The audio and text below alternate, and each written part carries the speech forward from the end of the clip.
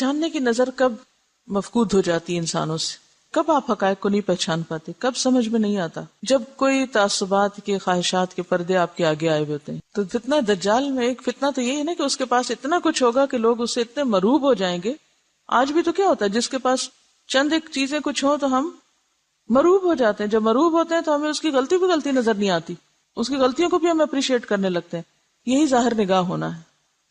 پھر دجال کی جنت اور جہنم ہوگی، یعنی جیسے وہ ٹھنڈا پانی اور جلانے والی آگ اس کے ساتھ ساتھ ہوگی. آپ صلی اللہ علیہ وسلم نے فرمایا پھر دجال نکلے گا، اس کے ساتھ ایک نہر اور ایک آگ ہوگی. جو شخص اس کی آگ میں داخل ہوا اس کے لیے اجر و ثواب واجب ہو گیا اور اس کے گناہ معاف کر دیے گئے، اور جو شخص اس کی نہر میں داخل ہوا اس پہ گناہ لاد دیے گئے اور اس کا اجر مٹا دیا گیا. نہیں، اس سے پہلے اگر اس نے کوئی نیک کام کیے بھی تھے تو ختم ہو جائیں گے. دجال سے بچنے کے لیے لوگ پہاڑوں پہ چلے جائیں گے. ام شریک کہنے لگی یا رسول اللہ اس دن اہل عرب کہاں ہوں گے؟ فرمایا اس دن وہ بہت کم ہوں گے. دجال کن لوگوں کا پسندیدہ لیڈر ہوگا؟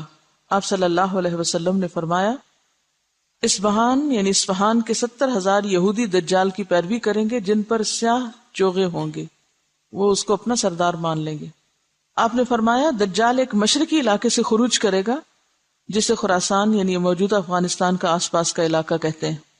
اس دجال کی پیروی کچھ ایسی قومیں کریں گی جن کے چہرے کوٹی ہوئی ڈھالوں کی طرح چپٹے یا طے برطے ڈھالوں جیسے ہوں گے.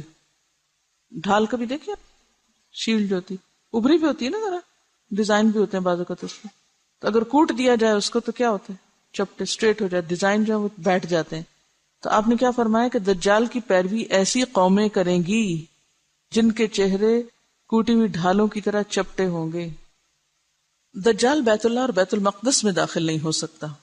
حضرت انس بن مالک سے روایت ہے اللہ کے رسول صلی اللہ علیہ وسلم نے فرمایا مکہ اور مدینہ کے سوا ہر شہر کو دجال روندے گا، کوئی شہر نہیں بچے گا.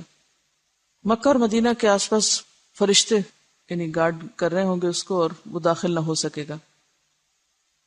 مدینہ کی زمین 3 مرتبہ کانپے گی دجال کے خروج کے بعد، جس سے ایک ایک کافر منافق اللہ تعالیٰ وہاں سے نکال کے باہر پھینک دے گا. یعنی پھر وہ سب بھاگ جائیں گے، مدینہ سے ہی بھاگ جائیں گے اور باہر جا کے پھر ظاہر دجال کے فتنے کا شکار ہوں گے. اللہ کے رسول صلی اللہ علیہ وسلم نے فرمایا دجال مرقنات مدینہ کے قریب ایک وادی ہے، اس کی دلدلی زمین پر پڑاؤ کرے گا تو سب سے زیادہ عورتیں اس کی طرف نکلیں گی، یہاں تک کہ آدمی اپنی بیوی، ماں، بہن، بیٹی، چچی، پھپھی وغیرہ کے پاس جائے گا اور انہیں رسیوں سے باندھے گا کہ مبادا وہ دجال سے نہ جا ملیں. ضعیف الاعتقاد ہوتی ہے نا عورتیں. دجال خدائی کا دعویٰ کرے گا، اسی لیے پیچھے والی حدیثوں میں آتا ہے کہ رب کانا نہیں، رب ایسا نہیں، رب ایسا نہیں. دجال اور اس کا لشکر ہلاک ہو جائے گا. آپ صلی اللہ علیہ وسلم نے فرمایا تم مسلمان اہل عرب سے لڑو گے، اللہ تعالیٰ تمہیں فتح سے نوازیں گے. پھر تم فارس ایران سے لڑو گے، اللہ تعالیٰ تمہیں فتح عطا فرمائیں گے. پھر اہل روم سے لڑو گے، اللہ تعالیٰ تمہیں فتح عطا کریں گے. حضرت عمر کے زمانے میں مکمل ہو گیا تھا. پھر تم دجال سے لڑو گے، اللہ تعالیٰ تمہیں اس پر بھی فتح عطا فرمائیں گے. اللہ کے رسول صلی اللہ علیہ وسلم نے فرمایا معراج کی رات میری ملاقات حضرت ابراہیم، موسیٰ اور عیسیٰ علیہ السلام سے ہوئی تو قیامت کی بات چل نکلی. سب نے حضرت ابراہیم کی طرف معاملہ کر دیا تو انہوں نے کہا مجھے اس کا علم نہیں. پھر بات موسیٰ تک پہنچی، انہوں نے بلا علمی کا مظاہرہ کیا. پھر عیسیٰ علیہ السلام پہ بات پہنچی، انہوں نے کہا کہ قیامت کے وقوع کا حتمی علم اللہ کے سوا ہم میں سے کسی کو نہیں. البتہ اللہ تعالیٰ نے جو میرے ساتھ دنیا میں دوبارہ بھیجنے کا وعدہ فرمایا ہے وہ یہ ہے کہ دجال نکلے گا اور میرے پاس 2 چھڑیاں ہوں گی، تو جب وہ مجھے دیکھے گا تو اس طرح پگھلے گا جیسے سیسا پگھلتا ہے، یعنی میلٹ ہو جائے گا. اللہ تعالیٰ اسے ہلاک فرما دیں گے، یہاں تک کہ شجر و حجر پکار اٹھیں گے کہ میرے پیچھے کافر ہے، ادھر آؤ، اسے مار ڈالو. اس طرح اللہ ان سب کو ہلاک کر دیں گے. اور یہ جو دجال کو تلاش کریں گے عیسیٰ علیہ السلام اور ماریں گے تو یہ لد کے مقام پر ہوگا. فلسطین میں ایک جگہ کا نام ہے لد، آج کل وہاں ایئرپورٹ بن گیا ہے. فتنہ دجال کی لپیٹ میں آنے والے سب سے زیادہ یہودی ہوں گے، پھر اجمی، ترکی، جاہل گمار عورتیں، سب منافق کافر. یہ لوگ فتنے کا شکار زیادہ ہوں گے. دجال سے بچاؤ کے طریقے، پہلی بات یہ کہ اس کا انکار. پھر سورۃ الکہف کی ابتدائی 10 آیات ان کو حفظ کر لینا چاہیے، کوشش کریں دن کے کسی ایک نماز میں پڑھ لیں. اور فرمایا جو شخص تم میں سے دجال کا سامنا کرے وہ سورۃ الکہف کی ابتدائی آیات پڑھ لے. ایک اور جگہ فرمایا جس نے یہ 10 آیات تلاوت کی وہ دجال کے فتنے سے بچا لیا گیا. ایک اور روایت سے یہ بھی پتہ چلتا ہے کہ جس نے سورۃ الکہف کی کوئی بھی 10 آیات یاد کر لی، پہلی یا آخری یا بیچ کی، تو وہ محفوظ ہو گیا۔ اب سوال یہ پیدا ہوتا ہے کہ ایک روایت میں آتا ہے پہلی 10، دوسری میں آتا ہے آخری 10، پھر آتا ہے کوئی بھی 10، اس سے کیا مسئلہ پتہ چلتا ہے؟ کہ قرآن سارے کا سارا ہی ایک طرح سے کیا ہے؟ شفا ہے۔ یہ جو عام طور پر ہم مخصوص آیتوں کو محدود کر لیتے ہیں، یہ بس لوگوں کے اپنے اپنے تجربے ہیں، لیکن کسی دوسرے کو اس کا پابند نہیں بنایا جا سکتا۔ اور اگر اس کا نام لیا بھی گیا یا پہلی 10 آیتیں یا آخری، تو اس میں اصل میں دیکھنا یہ چاہیے کہ مطلب کیا ان آیتوں کا، کس کانٹیکس میں بات ہو رہی ہے۔ دولت فتنہ ہے، حکومت فتنہ ہے، علم فتنہ ہے، تو مختلف فتنوں سے بچنے کی بات ہے سورت کا۔ کہیں سے بھی 10 آیتیں اٹھائیں گے تو فتنے سے بچنے کی تعلیم مل جائے گی آپ کو، اسپیشلی پہلی 10 جو ہے۔ تو اگر دجال کے فتنے سے بچنے کے لیے آپ صلی اللہ علیہ وسلم نے اس کو عام کر دیا کہ کوئی بھی 10 آیتیں لے لو، تو پھر کہاں سے جواز ملتا ہے کہ کوئی ایک ہی آیت لے کے اسی کے اندر یہ سمجھو کہ اسی سے ہی مسئلہ حل ہونا ہے اور اسی کو ہی بار بار پڑھو؟ دیکھیے کہ کیا ایسا نہیں ہوتا کہ آپ کے ذہن میں کوئی سوال ہوتا ہے، کوئی پریشانی ہوتی ہے، آپ قرآن کہیں سے بھی کھولتے ہیں اور تھوڑی دیر پڑھتے ہیں تو آپ کو وہیں سے جواب آنا شروع ہو جاتا ہے۔ یہ نہیں ہوتا کہ اسی خاص جگہ سے کہیں سے بھی آپ کو، قرآن پورے کا پورا شفا ہے، ٹھیک ہے۔ وَنُنَزِّلُ مِنَ الْقُرْآنِ مَا هُوَ شِفَاءٌ وَرَحْمَةٌ، اور سورۃ الفاتحہ کو خاص طور پر شفا کا، اگر معوذتین وہ صورتیں ہیں کہ جو آپ صلی اللہ علیہ وسلم اپنی بیماری کے موقع پر خود پہ پڑھ کے تو ہاتھ پھیرا کرتے تھے۔ ایک روایت میں آتا ہے دجال کہے گا میں تمہارا رب ہوں، اور جس نے کہا تو ہمارا رب نہیں، ہمارا رب تو اللہ ہے اور اسی پہ ہم توکل اور بھروسہ کرتے ہیں اور تیرے شر سے اللہ کی پناہ مانگتے ہیں، اس شخص پر دجال کا زور یا اس کا فتنہ اثر نہیں کرے گا۔ تو اصل ضرورت کس بات کی ہے پھر؟ کیا کرنے کی؟ ایمان درست کرنے کی، اور سچے اور مخلص مسلمان کو دجال کوئی نقصان نہ دے سکے گا۔ اللہ کے رسول صلی اللہ علیہ وسلم نے فرمایا جس شخص نے دجال کی ربوبیت سے انکار کیا، اس سے کہا کہ تو جھوٹا ہے، میرا رب تو اللہ ہے جس پر میں توکل کرتا ہوں، تو دجال اسے کچھ نقصان نہ دے سکے گا۔ نبی صلی اللہ علیہ وسلم اپنی نماز میں دجال کے فتنے سے پناہ مانگا کرتے تھے، اللہم انی اعوذ بک من عذاب القبر واعوذ بک من فتنۃ المسیح الدجال۔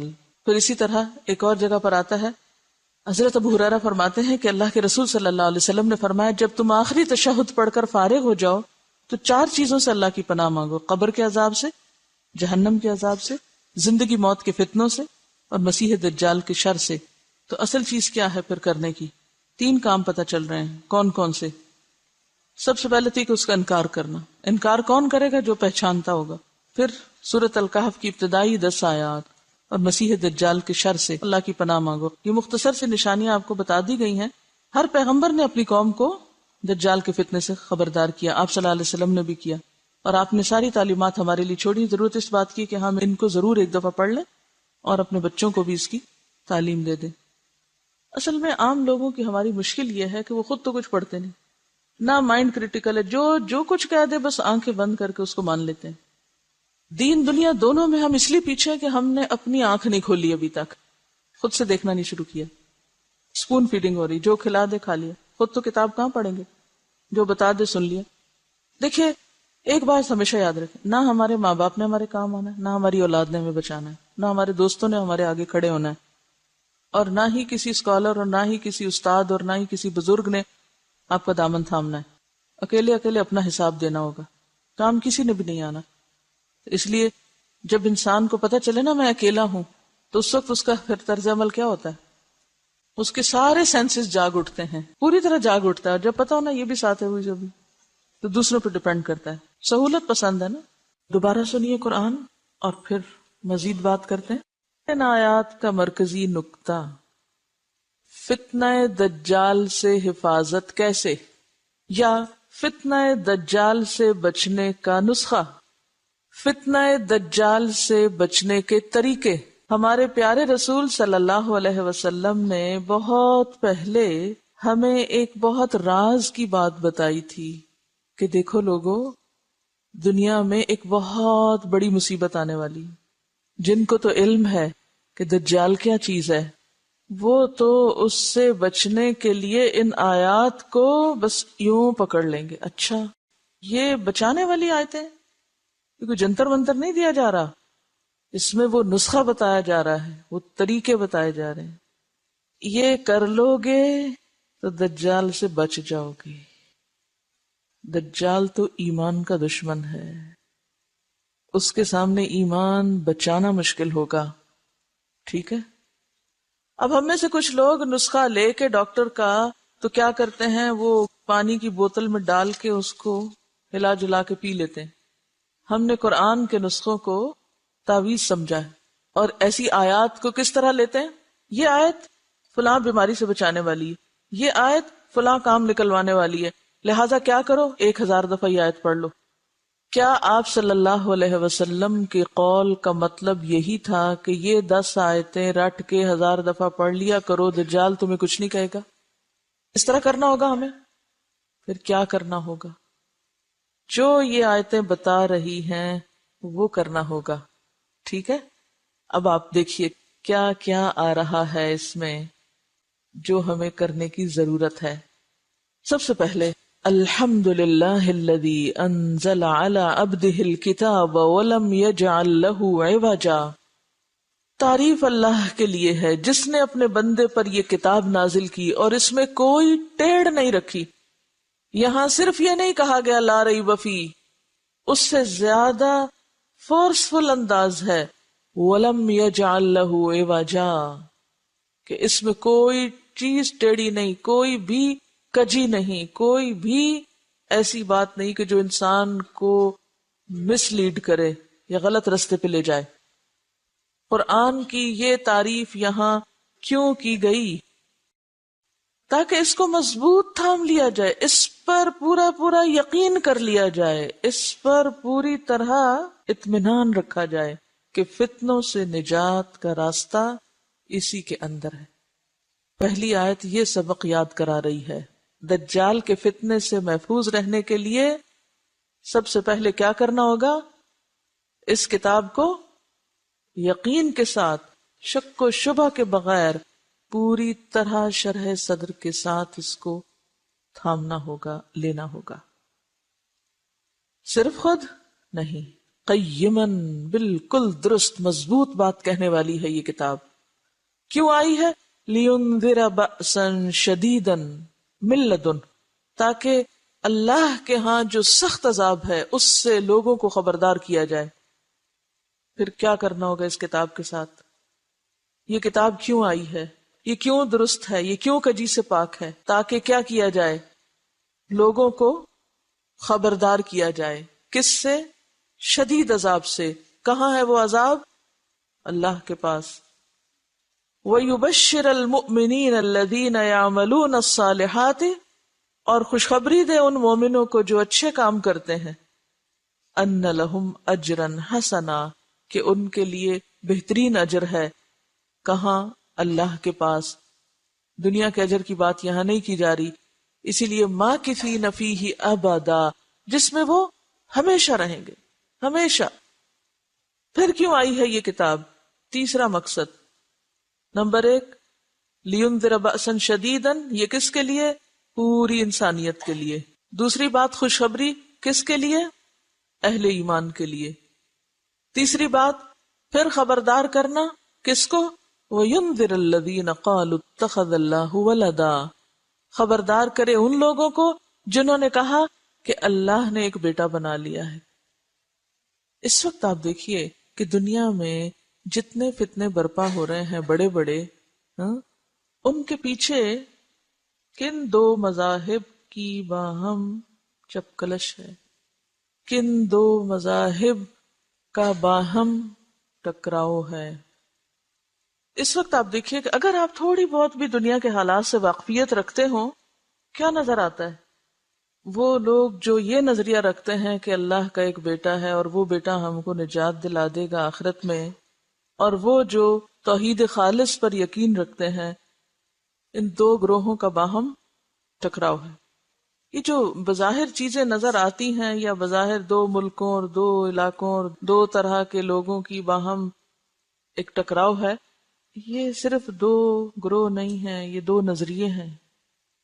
یہ دو نظریے ہیں. صلیبی جنگوں کا لفظ آپ نے سنا ہوگا، اور بار بار یہ بات اٹھتی بیٹھتی ہے کہ موجودہ جنگیں جو ہیں یہ اسی کی کنٹینیویشن ہے. تو جو انسانیت اپنے آخری دور میں بڑھ رہی ہے تو ٹکراؤ ان دو کے درمیان ہی نظر آتا ہے بیسیکلی. اس ٹکراؤ کو ختم کرنے کے لیے کیا نسخہ دیا جا رہا ہے؟ اٹھ کے لڑو، خبردار کرو، میسج کنوے کرو. آپ دیکھیے، سب سے پہلے پوری انسانیت کے لیے پیغام ہے اس قرآن میں. نمبر 2، ماننے والوں کے لیے خوشخبری ہے. نمبر 3، ينذر الذين قالوا اتخذ الله ولدا. خاص طور پر کہاں فوکس کرنے کی ضرورت ہے، کس سیکٹر میں غلط فہمی دور کرنے کی ضرورت ہے، کن کو انذار کرنے کی ضرورت ہے؟ جو یہ سمجھتے ہیں کہ اللہ نے بیٹا بنا رکھا ہے، نعوذ باللہ، ما لهم به من علم. ان کی یہ بات کسی دلیل پر مبنی نہیں، انہیں اس بات کا علم نہیں ہے.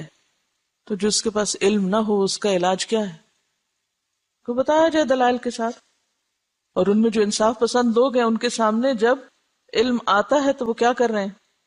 مان بھی رہے ہیں، قبول بھی کر رہے ہیں. وَلَا لِآبَائِهِمْ. وہ اندھا دھند آبا و اجداد کی پیروی میں یہ عقیدہ رکھے ہوئے ہیں، حالانکہ ان کے آبا و اجداد کے پاس بھی علم نہیں تھا. بہت سے لوگ آبا و اجداد کی تقلید کیوں کرتے ہیں، ان کی پیروی کیوں کرتے ہیں؟ کیا سوچ کے؟ وہ بڑے تھے، بزرگ تھے. تو کسی کا بڑا ہونا اس کی پیروی کرنے کے لیے کافی نہیں جب تک کہ اس کے پاس کیا نہ ہو، علم نہ ہو. کیا یہ اہل کتاب نہیں تھے پھر بھی علم نہیں تھا؟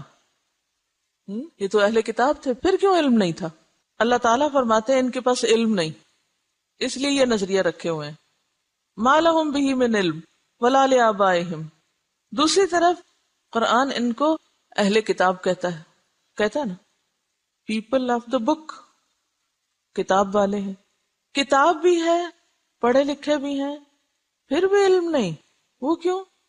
بنیادی طور پر جو بگاڑ ان کے اندر آیا ہے وہ ان کی ناسمجھی کی وجہ سے آیا ہے. بعض اوقات لوگوں کے پاس علم ہوتا ہے لیکن پھر بھی وہ ناسمجھ ہوتے ہیں نا. اچھا، یہ کیا چیز ہوتی ہے؟ یہ کیا چیز ہوتی ہے کہ دلائل ہوتے بھی ہیں، علم ہوتا بھی ہے، پھر بھی لا علم ہوتے ہیں، پڑھ کے بھی ان پڑھ ہوتے ہیں، سمجھ کر بھی نہ سمجھ ہوتے ہیں، جان کر بھی انجان ہوتے ہیں. ہاں؟ اصل میں ہوتا پتہ کیا ہے؟ انسان جس گھر میں پیدا ہو جاتا ہے نا، ہم سب کا یہی حال ہے، جہاں ہم پیدا ہو گئے، جس ماحول میں آنکھ کھولی، جس طرح اور لوگ سوچتے ہیں، جیسے اور لوگ چیزوں کو دیکھتے ہیں، ہم بھی کیا کرتے ہیں؟ چیزوں کو اسی نظر سے دیکھنے لگتے.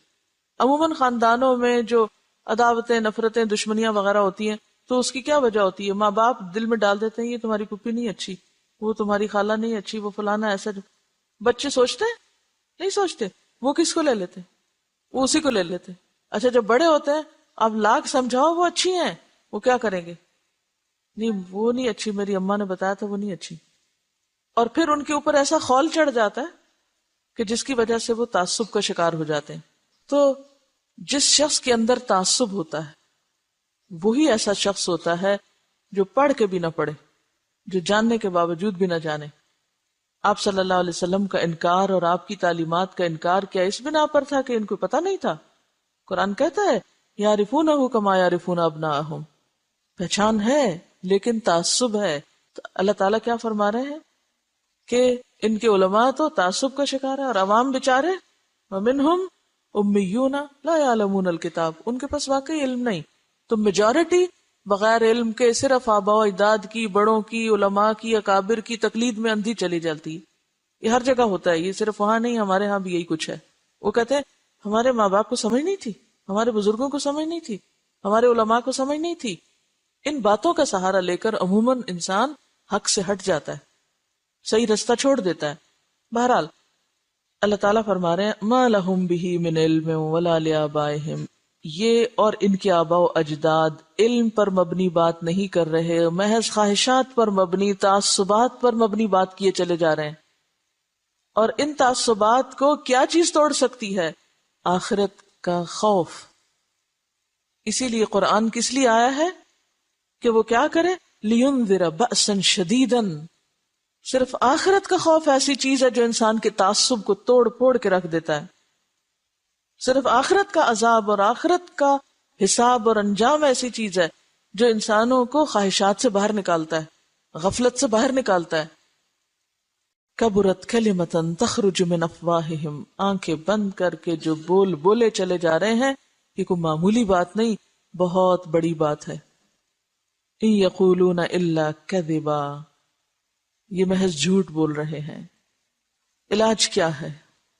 وہ تو جھوٹ بول رہے ہیں، وہ تو جان کے بھی انجان ہیں، وہ تو تعصبات کا شکار ہیں، وہ تو ضد برائے ضد میں مبتلا ہیں. کرنا کیا ہے؟ حل کیا ہے؟ اب حل بتایا جا رہا ہے.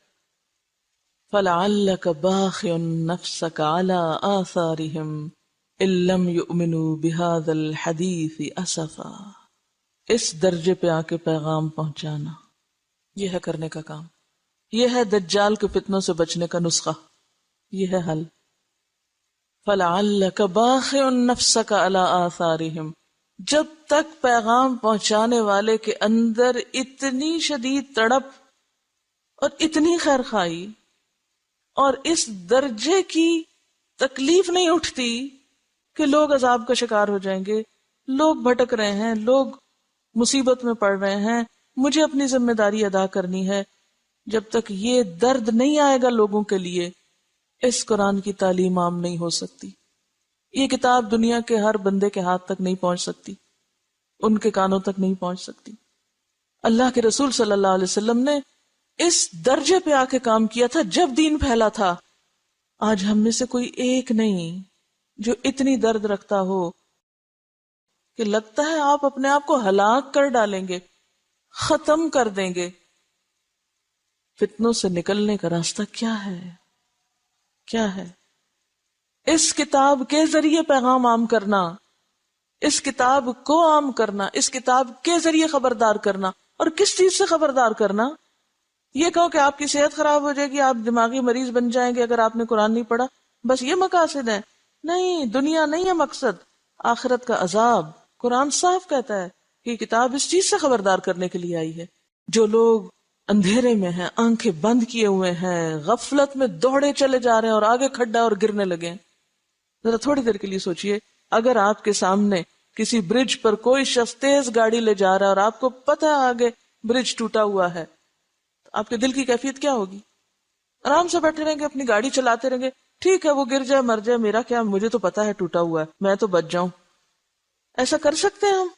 اگر آپ کے سامنے وہ کوئی اوپر سے گر رہا ہو چھت سے، آپ کہ پاگل ہے گرنے دو، میں تو اپنا پڑھ رہا ہوں کتاب، میرے آج کے نفل رہتے ہیں ابھی، اور میرا ابھی آج کا وظیفہ ہی نہیں پورا ہوا، اچھا گرنے دو، میں کیا کروں؟ ہم یہ طریقہ اختیار کیے ہوئے انسانیت کے ساتھ. ہم کہتے ہیں جہنم میں جاتے ہیں، جائیں جہنم میں پڑھ رہا ہوں، میں اپنا ذکر کر رہا ہوں. آج امت مسلمہ نے اس چیز کو دین بنا رکھا ہے. اپنے حجروں میں، اپنی مسجدوں میں، اپنے مدرسوں میں، اپنے علاقوں میں، اپنے گھروں میں، اپنے شہروں میں امن چین سے بیٹھے ہوئے ہیں. انسانیت اس رستے پہ دوڑ رہی ہے جس کا پل ٹوٹا ہوا ہے اور وہ نیچے گرنے والی ہے، اور ہم میں کوئی تڑپ نہیں. آپ کے سامنے کوئی بچہ کنویں میں جا گرے، کچھ نہیں ہوگا آپ کو، لیکن ہم نے آخرت اس جہنم کے گڑھے کو کنویں سے بھی کم چیز سمجھا ہوا ہے کہ لوگ اپنے غلط عقائد، غلط اعمال، غلط اخلاق کی وجہ سے اس میں گرتے چلے جائیں. ہمارے دل میں کوئی درد ہی نہ اٹھے اور نہ کوئی اٹھتی ہے، اور اگر کوئی اٹھنے لگے تو کہیں اتنے بھی ٹو مچ نہیں کرو، تھوڑا تھوڑا کرو، کیا ہوا؟ کیونکہ ہم نے اس دنیا کو گھر بنا لیا نا. ہم سمجھتے ہیں ساری کامیابی یہاں کی کامیابی، وہ بھول گئے ہیں کہ وہاں بھی کچھ پوچھ گچھ ہوگی. ہمیں اپنے گھر والوں سے محبت ہے. اگر ہمارے گھر والوں میں سے خدا نہ خواستہ کسی کو چھوٹا سا بھی کوئی نقصان ہو جائے، ان کا ایکسیڈنٹ ہو جائے، آپ یہاں بیٹھے ہوئے اتنے میں کوئی آ کے آپ کو بتاتا ہے تمہیں پتا ہے وہ تمہارا بھائی ایکسیڈنٹ میں فوت ہو گیا، کیسی تکلیف اٹھے گی. میرا بھائی، سب کچھ چھوڑ چھاڑ کے کیا کریں گے؟ کہیں اچھا میں نے ابھی لنچ نہیں کیا، ذرا ٹھہر جاؤ، میں ذرا یہ بھی کر لوں اور میں وہ بھی کر لوں. کریں گے کیوں؟ اس لیے کہ بھائی سے محبت ہے. انسانوں سے محبت نہیں ہے. سب جھوٹے دعوے ہیں ہمیں انسانوں سے محبت ہے. اگر آپ کو انسانوں سے محبت ہو نا، آپ نے دیکھ کے آپ کے اندر سے ہوکے اٹھے اور آپ کو چین نہ آئے کہیں. ہمیں کوئی محبت نہیں انسانوں سے، اسی لیے تو چھوٹی چھوٹی بات پہ جھگڑنے بیٹھ جاتے ہیں، چھوٹی چھوٹی باتوں پہ غیر ضروری چیزوں میں جا پھنستے اور الجھتے ہیں. جو کرنے کا کام ہے وہ آنکھوں سے اوجھل ہے، وہ اپنی رعایت کے مطابق کرنا چاہتے ہیں. پھر کہتے ہیں یا اللہ وہ ہم 10 آیتیں پڑھ لیں گے نا، آپ ہمیں فتنہ سے بچا لینا. یہ دجال کا فتنہ تو سارے شہر میں آگ لگنے سے بڑا فتنہ ہے. وآخر دعوانا ان الحمد للہ رب العالمین.